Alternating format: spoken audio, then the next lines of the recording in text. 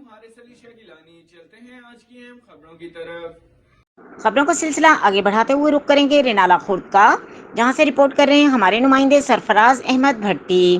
حکومت پنجاب نے محکمہ تعلیم کے ذریعے میاواں کی جنگل کا منصوبہ بنایا۔ صوبہ بھر کے بڑے اداروں میں اس منصوبے کی تکمیل سے انسانوں اور خصوصاً پرندوں کو فائدہ ہوگا۔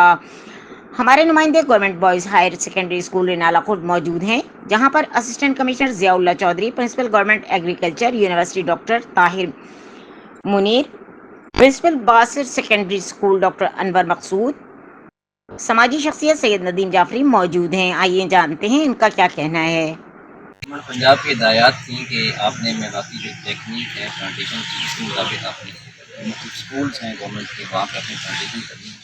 تو آج اسی سلسلے میں ہم government boys higher secondary school کے بات کرتے ہوئے تقریباً 5 سال کے قریب آ میواتی میتھڈ کے تحت پلانٹیشن ہم کریں گے، اور اس طرح کی ایکٹیویٹیز ہونی چاہیے تاکہ جو ہمارے گورنمنٹ انسٹیٹیوشنز ہیں ان کو اس میں لیڈ کرنا چاہیے، اور تاکہ لوگوں میں اویئرنیس بھی ہے اور لوگ بھی اپنے خیال رکھیں۔